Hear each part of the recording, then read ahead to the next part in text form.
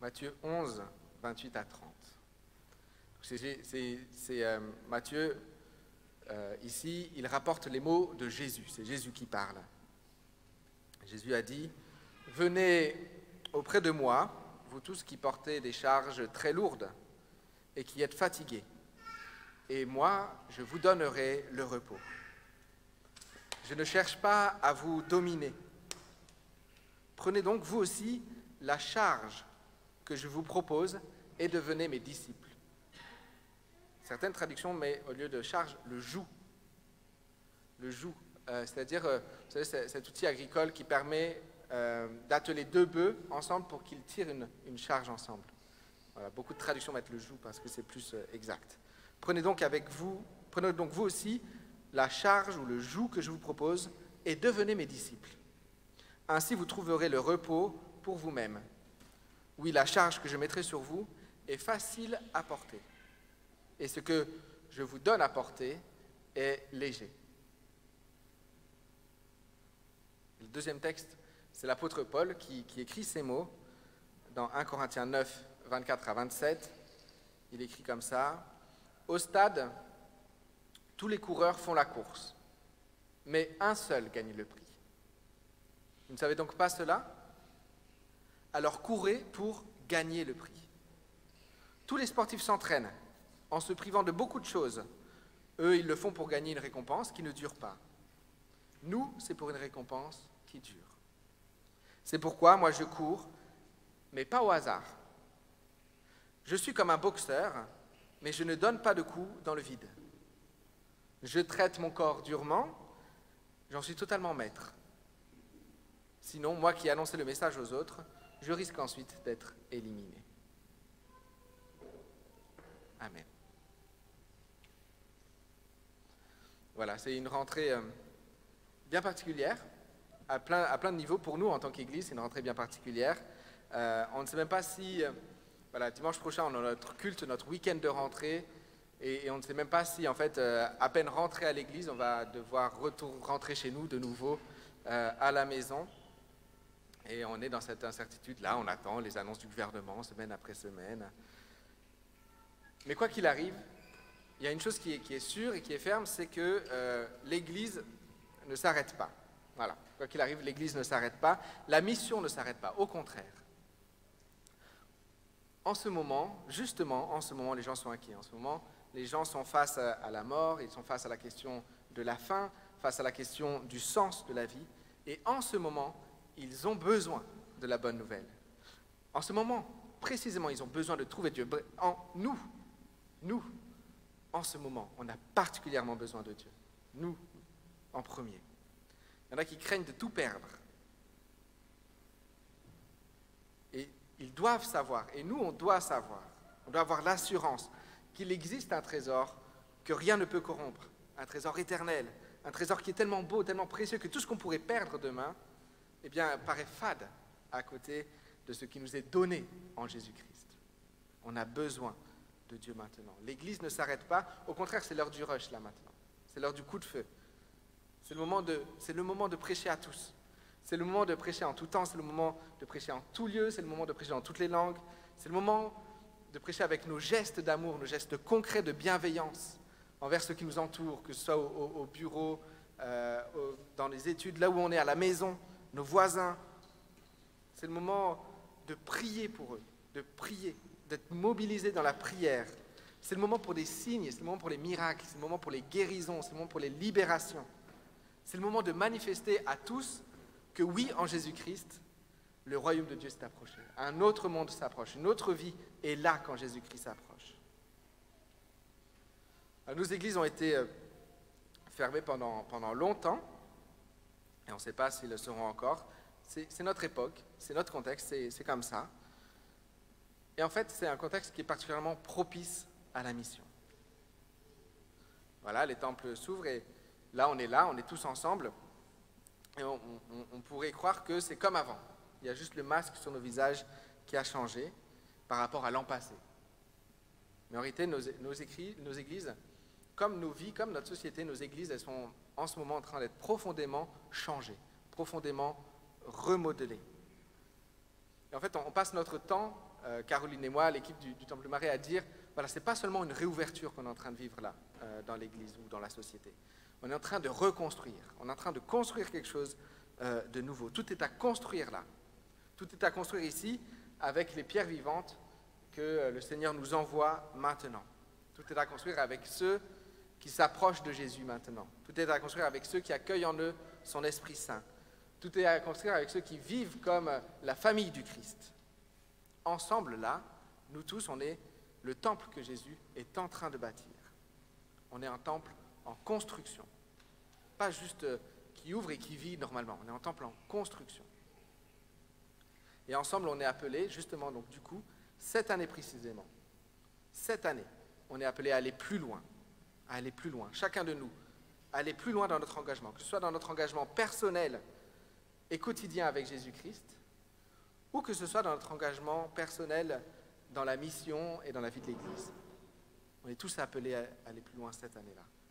Quelle que soit la charge de notre vie maintenant, quelle que soit la fatigue qui est la nôtre, quel que soit notre stress, nos peurs, voilà, Jésus bâtit son Église et on est la matière première. Et c'est maintenant. C'est maintenant. C'est pas plus tard quand tout ira bien, quand on ne sera pas fatigué, quand on aura du temps. C'est maintenant que Jésus veut nous emmener plus loin dans notre niveau d'engagement. Ce n'est pas parce qu'il veut nous épuiser et nous achever, mais c'est parce qu'il y a des fatigues qui font du bien. Ce n'est pas toutes les fatigues. Toutes les fatigues ne nous détruisent pas. Il y a des fatigues qui nous rendent heureux. Il y a des travaux qui apportent de la joie. Il y a des efforts qui mènent en fait au repos. Ce n'est pas tous les efforts qui nous mettent à terre. Il y a des efforts qui nous donnent du repos en réalité. Et le Seigneur, il veut pour nous du repos. Son royaume, la Bible en parle comme le lieu du repos. Quand le peuple d'Israël était esclave en Égypte, Dieu parlait de la terre promise comme la terre du repos. Jésus nous offre le repos dans l'éternité et puis maintenant aussi. Quand il dit « Prenez donc, vous aussi la charge ou le joug que je vous propose, devenez mes disciples, ainsi vous trouverez le repos pour vous-même. » C'est une promesse. Il veut pour nous le repos. Et il nous appelle maintenant à aller plus loin dans notre engagement avec lui dans la mission parce qu'il veut nous donner du repos.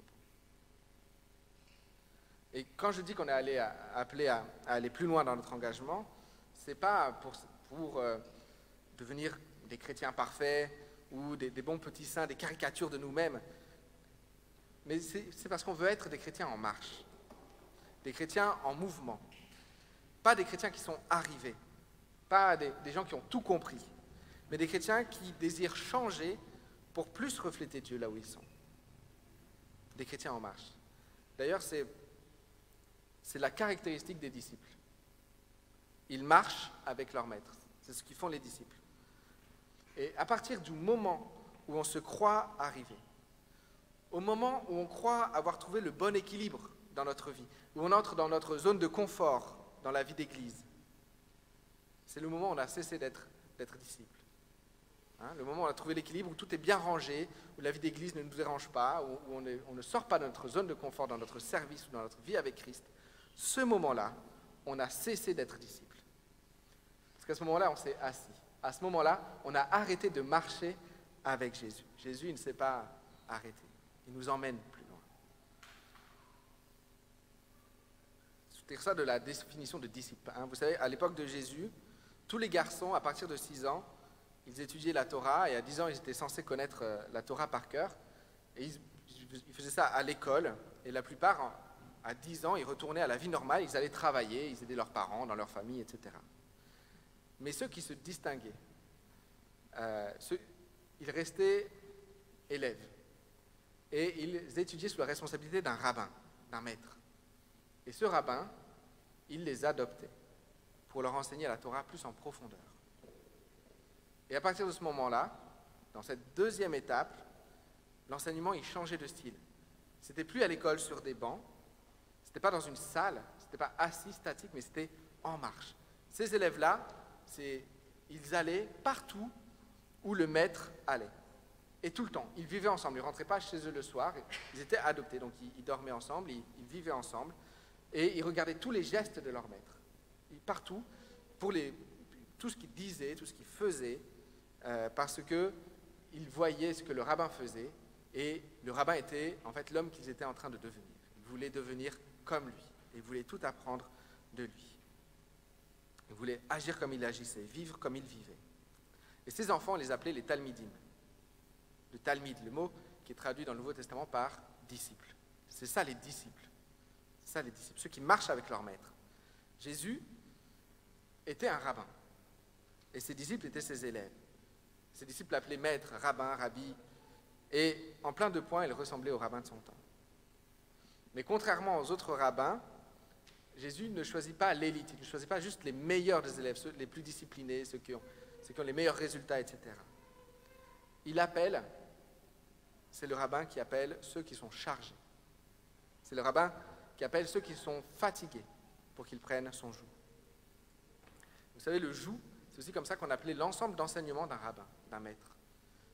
L'ensemble de son interprétation de la loi, l'ensemble de ses comportements, le mode de vie qu'il transmettait à ses disciples, on parlait du joug, le joug de tel rabbin. Et le joug de Jésus-Christ, voilà, c'est un joug qui est particulier. Jésus dit, les rabbins mettent sur vos épaules un joug qui est lourd, des exigences absurdes, mais mon joug à moi, il est doux, et le fardeau que je vous propose, il est léger. Et ensuite, il fait une invitation. Deviens mon élève, deviens mon talmide, entre dans le groupe de mes disciples. C'est l'invitation qu'il fait à nous tous, pas aux meilleurs élèves. Et quand Dieu fait de nous ses enfants, quand il nous adopte, bien, il fait évidemment de nous des fils et des filles, il fait de nous des héritiers et des héritières, mais il fait aussi de nous des disciples, il fait de nous des élèves. Il nous adopte comme un rabbin adopte ses disciples. Et c'est à la fois un honneur d'être invité Jésus, d'avoir été choisi par ce maître, par sa grâce, et puis c'est aussi une libération. Parce que si on prend son joug qui est doux, eh bien ça signifie qu'on n'aura pas à prendre un autre joug qui lui serait dur, qui lui nous détruirait, nous userait. En Jésus, Dieu nous offre à la fois le meilleur des maîtres, et puis aussi il nous offre le seul joug qui est vraiment léger. Quand Jésus dit « Viens et suis-moi », quand il appelle ses disciples, il dit « Viens vivre avec moi. Viens partager mon intimité. Viens apprendre de moi. Viens marcher dans mes pas. Viens partout là où je vais. » Et on sait où ça mène. Suivre Jésus, ça mène. Il a fini à la croix. Ça mène à la croix. Hein, Jésus n'est pas devenu un homme accompli avec un super boulot, une super femme, un super pavillon, des enfants modèles. Le chemin de la vie, son chemin ne l'a pas mené au confort. Le chemin qu'il a pris, le chemin de l'obéissance et du service, ça l'a mené à la mort sur la croix. C'est pour ça qu'il y a un théologien qui s'appelle Bonhoeffer qui écrit « Quand Jésus rencontre un homme, il lui dit en fait, quand il lui dit « Viens et suis-moi », il lui dit en fait « Viens et meurs ». Bonhoeffer est mort en martyr. On n'est pas tous appelés à mourir en martyr comme Bonhoeffer ou comme les apôtres, n'est-ce pas? Mais tout chrétien est appelé à mourir à soi-même, à lui-même. On est tous appelés à mourir à nous-mêmes. Mourir à ses envies immédiates pour choisir un projet plus grand, un projet qui est éternel. Mourir à ses plaisirs pour choisir un bonheur supérieur. Mourir à ses projets ou à ses rêves pour choisir le projet de Dieu. Et ça va loin, Jésus il va loin. Parce que quand il dit « Viens et suis-moi », quelques mois après, il sort des choses du genre, dans Luc 14, « Celui qui vient à moi doit m'aimer plus que son père, sa mère, sa femme, ses enfants, ses frères, ses sœurs, et même plus que sa vie. Sinon, cette personne ne peut pas être mon disciple. Celui qui ne porte pas sa croix et qui ne me suit pas, celui-là ne peut pas être mon disciple. » Il ne parle pas d'un pendentif. Ou si quelqu'un ne laisse pas tout ce qu'il possède, cette personne ne peut pas être mon disciple. Tout ça, c'est dans Luc 14. C'est un appel qui est incroyablement radical, révoltant même. En fait, ces mots, ils ne peuvent pas être agréables à entendre. Je ne sais pas comment vous vous sentez. Mais ces mots, ils font mal, ils sont déchirants. Et mon père, il disait souvent, quand j'étais petit, il disait « choisir, c'est renoncer ». Et suivre Jésus, c'est donc renoncer à ses rêves, c'est renoncer à ses désirs, c'est renoncer à ses plaisirs pour choisir ceux de Dieu. Et en fait, découvrir qu'il y a là un bonheur incomparable, bien meilleur, bien plus grand, un bonheur éternel. Alors ça peut paraître dur de renoncer à quelque chose. Mais au final, on le fait tous les jours. On renonce tous les jours à plein de choses. De toutes les façons, ce renoncement à une vie, on le vit chaque jour. On ne s'en rend pas toujours compte. Et quand moi, personnellement, je choisis de ne jamais dire non quand quelque chose de bon à manger m'est proposé et de ne jamais me bouger pour faire du sport, je choisis de renoncer à avoir un corps en pleine forme. Voilà. Je préfère me faire plaisir et me reposer plutôt que d'être un athlète. C'est un choix. Je ne peux pas faire les deux. Je choisis une chose, je renonce à l'autre. Je ne peux pas être pleinement dédié à mon boss et être pleinement dévoué à ma famille. À un moment, je fais un choix. Je renonce à quelque chose. Et c'est douloureux. Et j'aime beaucoup la manière dont Paul parle dans son épître aux Corinthiens. Et je pense que c'est pour nous ça, cette année. Cette phrase que Paul dit, elle est pour nous.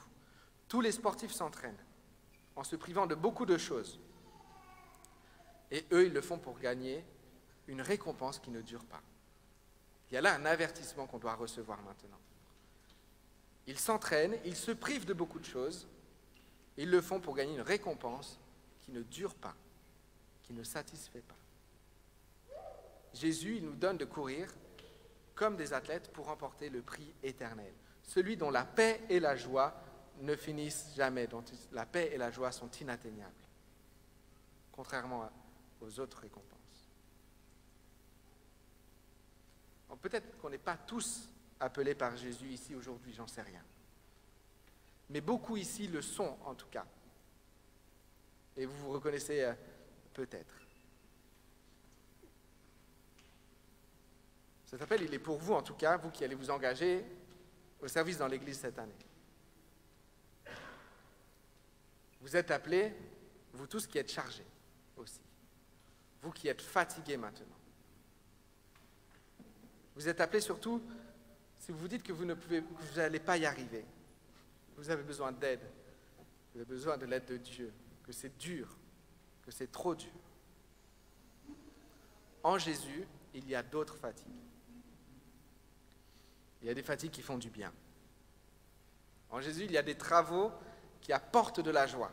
En Jésus, il y a des efforts qui amènent du repos. Choisissons notre joug. Choisissons notre charge. Choisissons notre course. Jésus il t'appelle aujourd'hui, entends sa voix. Tu es fatigué, je le sais. Mais ce n'est pas la bonne fatigue. Ce n'est pas la bonne. Tu te dépasses, tu sors de ta zone de confort, tu luttes toute la semaine, tu grandis dans plein de domaines de ta vie, tu donnes le meilleur de toi, tu dépasses plein de choses, et plein de gens, mais tu ne le fais pas pour moi.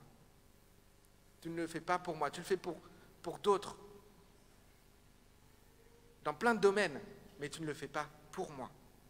Mon joug à moi apporte le repos. Alors oui, faisons des renoncements, faisons des choix, oui, façonnons nos habitudes intentionnellement, soyons durs avec nos corps, soyons des athlètes, d'accord, mais combattons pour la bonne récompense. Prenons le joug qui donne du repos. Ne soyons pas cette personne qui court sans but.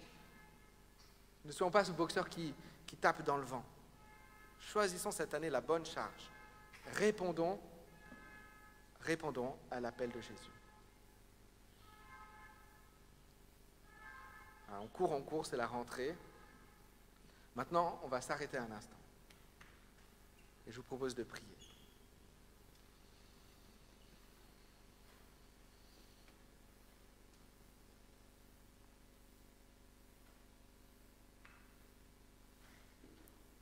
Et si vous avez entendu l'appel de Jésus, maintenant, si vous voulez lui répondre, allez plus loin dans votre engagement avec lui et aller plus loin dans votre engagement dans la mission. Voilà. Priez avec moi, vraiment.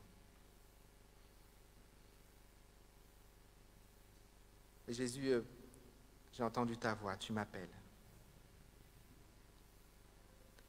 Et pourtant, je ne suis pas le meilleur élève. Et pourtant, je ne suis pas celui qui a la vie la plus exemplaire, la mieux rangée. Et tu connais tout de moi et tu m'appelles. Merci pour ta grâce. Merci pour ton pardon. Merci pour la croix. Seigneur, je veux prendre ton joug.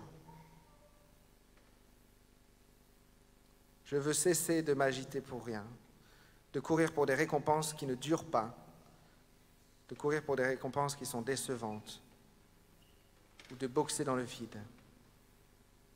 Seigneur, je veux tout laisser maintenant et te suivre. Je veux tout laisser et te suivre. Je veux devenir ton enfant, et puis ton élève. Et puis je veux marcher avec toi jour, nuit. Seigneur, je veux être couvert de la poussière de tes sandales, tellement je marche près de toi toute la journée. Je veux devenir comme toi. Je veux fournir des efforts. Je veux renoncer à des choses. Je veux être discipliné, me dépasser, mais pas pour n'importe quel marathon. Seigneur, une seule récompense m'intéresse. Le bonheur de refléter ta gloire et de refléter ta grâce aux yeux de tous. Seigneur, que ta grâce explose en moi, que ton salut s'épanouisse en moi et autour de moi et surtout à travers moi. Seigneur, fais de moi par ton Saint-Esprit cette année une pierre vivante dans ton temple, un disciple, un athlète de ton royaume, léger et victorieux, déterminé et confiant. Au nom de Jésus. Amen.